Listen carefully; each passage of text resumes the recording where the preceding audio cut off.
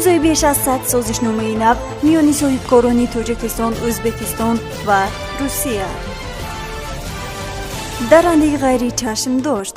паланг қотил дар вилояти мухтори кӯҳистони Бадахшон аз куҷо пайдо шуд?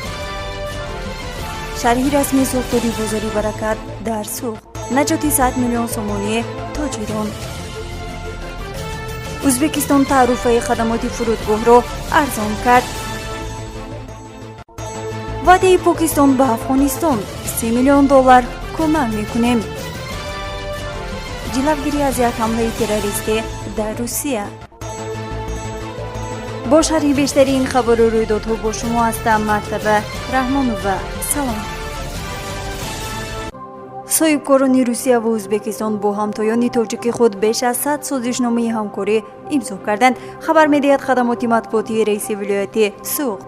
ин шартномаҳо дар доираи форуми имкониятҳои тиҷорату сармоягузорӣ ва дурнамои рушди минтақаҳо ва ярмаркаи байналмилалии савдо Сӯхт 2021 имзо шуданд.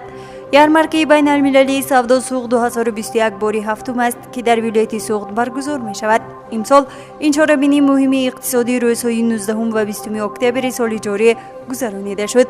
мақсад аз баргузории форум муаррифии имкониятҳои иқтисодиву саноатӣ ва кишоварзиву сайёҳии вилояти Сӯхт, рушди робитаҳои тиҷоративу иқтисодӣ, ҷалби сармоя ба иқтисодиёти вилоят ва таҳкими муносибатҳо гуфта мешавад. манбаъ афзуда ки дар ярмаркаи имсола теъдоди зиёди соҳибкорону моликони корхонаву ширкатҳои Русия ва Ӯзбекистон ширкат варзида бо шарикони тоҷики худ дурнамои ҳамкориҳоро баррасӣ карданд.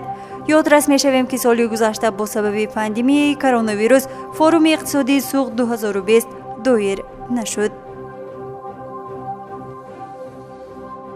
кумитаи ҳолатҳои фавқулода ва мудофиаи граждании Тоҷикистон эҳтимоли аз куҷо омадани паланг ба қаламрави вилояти мухтори кӯҳистони Бадахшонро расонаӣ кард. умеда юсуфӣ, сухангӯи кумитаи ҳолатҳои фавқулода ба Спутник Тоҷикистон гуфт: даррандае ки чорвои сокини деҳаи зонги Ишкошимро нобуд кардааст, ба эҳтимоли зиёд аз ҳамсоя кишвар ворид шудааст. ёдовар мешавем ки суби 20 октябр як ҳайвони ваҳшӣ ба оғили сокини маҳаллӣ ки дар он чорвоёнаш негаҳдорӣ мешуд ҳамла кард. паланг зиёда аз 30 сар чорвои хурдро кушта, ҳамчунин 8 сар гӯсфанду 2 говро захмӣ кардааст. кумитаи ҳолатҳои фавқулода бори дигар хотиррасон кард ки барои муҳофизати чорво аз палангу хирсҳо бояд аз чаридани озоди он пешгирӣ шавад. аз сокинони деҳаҳои кӯҳистонӣ даъват мешавад ки чорвои худро дар ҷойи бехатар нигоҳ доранд. ҳама фермаҳо, оғилҳо, говхонаҳо бояд девори баланди на камтар аз 2.5 метрро дошта бошанд.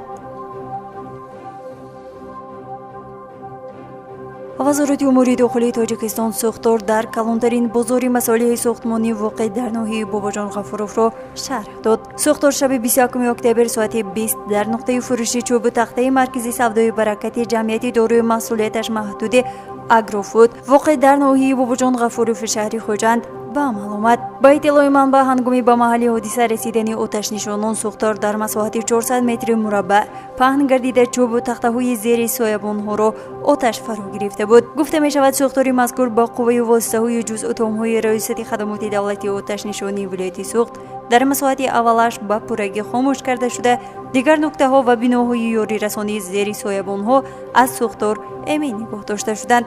вазорат нагуфтааст ки Сухтор аз чӣ сабаб сар зад ва таъкид кардааст ки ҳоло аз тарафи мутахассисони хадамоти давлати оташнишонӣ, вазорати корҳои дохилӣ ва дигар сохторҳои дахлдор таҳқиқи ҳодиса тафон дошта зарар ва сабаби Сухтор муайян карда мешавад.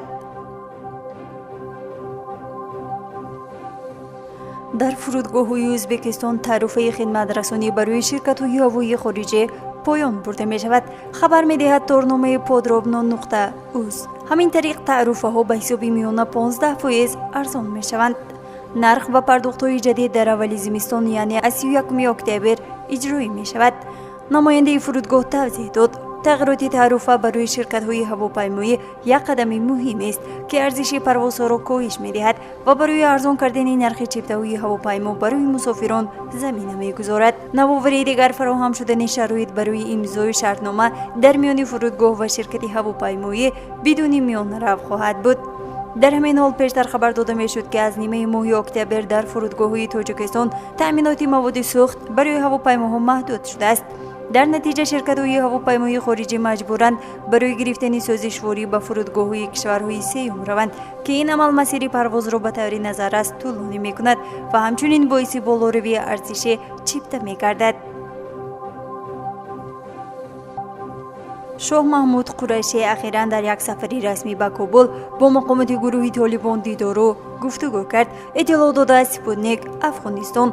ضمن ملاقات قریشی به دیوان وزیر گروه طالبان وعده داد که پاکستان ضمناً کمک حدود 30 میلیون دلار مالیات صادرات میوه تازه و خشک را نیز معاف می‌کند. وزیر امور خارجه پاکستان تصدیق کرد که هر دو طرف نیز برای گشادن گذرگاهی تورخم به موافقت رسیدند. قریشی گفت افغان‌هایی که از گذرگاهی تورخم می‌گذرند از گذشتن سنجش‌های کرونایی آزاد کرده می‌شوند. از سوی دیگر وزیر امور خارجه پاکستان تاکید کرد که در گذرگاهی تورخم به بیماران افغان روادید فوری داده می‌شود. آزاد نمودن از انداز در حالی صورت می‌گیرد که باغبانان قندهار می‌گویند بسته شدن گذرگاه‌های چمن و سپین بولدک برای تجارت باعث پوسیده شدن انارهای قندهار در باغ‌های ولایت شده است. در ستاوروپول از حمله تروریستی که از جانب یک جانبداری دیش آماده میشد پیشگیری کرده شد. خبر می‌دهد مرکز روابط جمعیتی روسیه. این مرد نقشه ترکاندن بمب خودساخت را داشته است. هنگامی کوفتکوف در محل زیست بازداشت شده از او مواد ترکنده و لوازمات جنگی گرفته شده است. از روی این دلیل کارهای فوری جستجویی و عملهای تفتیشاتی ادامه دارند. در این راستا مقامات تفتیشاتی روسیه طبق ماده‌های آمادگی به عمل تروریستی و استحصال غیرقانونی مواد ترکنده یا دستگاه‌های ترکنده پرونده جنایی باز کردند. یادآور می‌شویم که در 2 سال اخیر در روسیه از حدود 80 حمله تروریستی پیشگیری شده است.